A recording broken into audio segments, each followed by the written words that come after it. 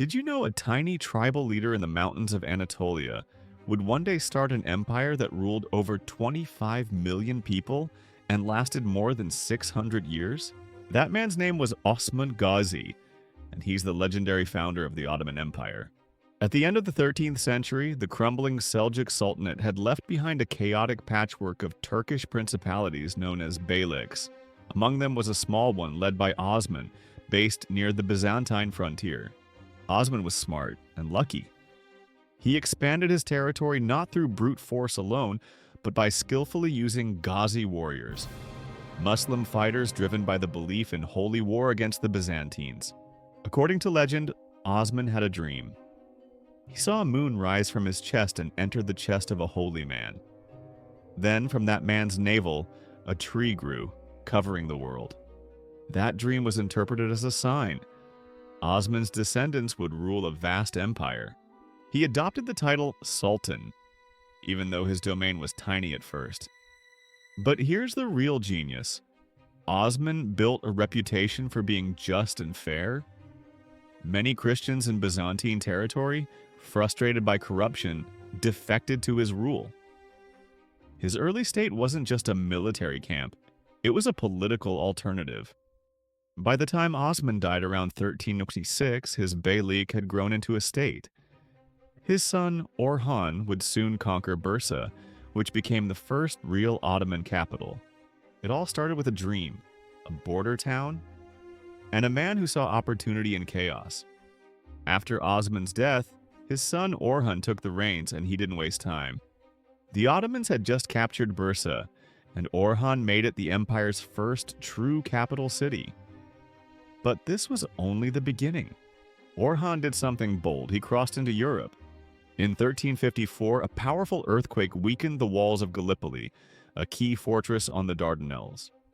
The Ottomans seized it, and for the first time, they had European territory. That changed everything. This wasn't just a tribal power anymore, it was a rising empire with one foot in Asia, the other in Europe. Orhan's successor, Murad I, pushed even further. He took Adrianople, modern-day Edirne, and made it the new capital. Then came a defining innovation. He created the Janissaries. These were elite slave soldiers, recruited through a system called devshirme, where Christian boys from conquered lands were taken, converted to Islam, and trained to be fiercely loyal warriors. It was brutal, but effective. The Janissaries became one of the most feared military forces in the world. By the late 1300s, the Ottomans clashed with the Serbs, Bulgarians, and Hungarians, dominating battlefields with speed and strategy. The most famous battle of this era? The Battle of Kosovo in 1389. It was bloody. Both sides suffered heavy losses. Sultan Murad I was assassinated at the end, stabbed in the gut by a wounded Serbian soldier. But the Ottomans held the field and the momentum. Murad's death marked the first time a sultan died in battle, but his legacy? It would live on for centuries. What started as a border tribe had now become a serious imperial force. The Ottomans weren't just raiders anymore. They were state builders. If you're impressed by how fast they expanded, like and comment. From beylik to empire. With Sultan Murad dead on the battlefield at Kosovo, his son Bayezid I, nicknamed Yildirim, or the Thunderbolt, took command, and he earned that title fast. Bayezid launched a blitz of campaigns across the Balkans and Anatolia. In just a few years, he crushed rebellious beyliks, expanded Ottoman control deep into modern-day Bulgaria and Greece, and even laid siege to Constantinople, the heart of the Byzantine Empire. He surrounded the city with fortresses and cannons, and for a moment, it looked like the Ottomans might take it a full 50 years earlier than they eventually did. But Bayezid had made enemies everywhere. Christian Europe took notice.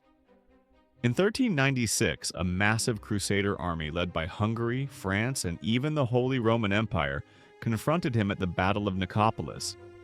Bayezid destroyed them. He humiliated the West and made sure prisoners knew it, executing thousands. But his most dangerous enemy wasn't in Europe. It was coming from the east. The conqueror Tamerlane, or Timur, the last great nomadic warlord. He claimed to be restoring Genghis Khan's legacy, and he hated that Bayezid was taking over parts of Anatolia he saw as his own. In 1402, Timur's forces met Bayezid at the Battle of Ankara. It was a disaster. Bayezid's Anatolian allies switched sides mid-battle. His forces collapsed. And for the first and only time in Ottoman history, a sultan was captured alive. Bayezid was held prisoner in a cage. Some say he went mad. Others claim Timur mocked him at royal feasts. He died within a year. And just like that, the unstoppable Ottoman expansion screeched to a halt. The empire fell into civil war, known as the Ottoman Interregnum. For over a decade, Bayezid's sons fought each other for control. The future of the empire hung in the balance. After a decade of chaos, the Ottomans bounced back. And leading the charge? A 19-year-old sultan named Mehmet II, better known as Mehmet the Conqueror.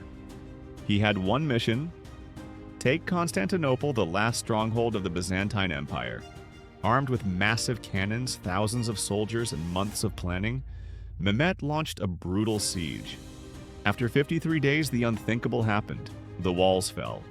On May 29, 1453, Constantinople was captured. The 1,000-year-old Byzantine Empire was gone. Mehmet walked into the Hagia Sophia and declared it a mosque. He renamed the city Istanbul, and the Ottomans became a true world empire. Next came the Golden Era. Suleiman the Magnificent led the empire to its absolute peak. He conquered lands from Hungary to Iraq, laid siege to Vienna, and ruled over 25 million people. But he wasn't just a warrior. He was a lawgiver, reforming the justice system and building incredible architecture like the Suleymaniye Mosque. His reign combined power, culture, and modernization. Under Suleiman, the Ottoman Empire wasn't just strong, it was glorious. After Suleiman, things began to slow down. Sultans lost interest in ruling. Corruption grew. The Janissaries, once elite soldiers, became lazy and rebellious.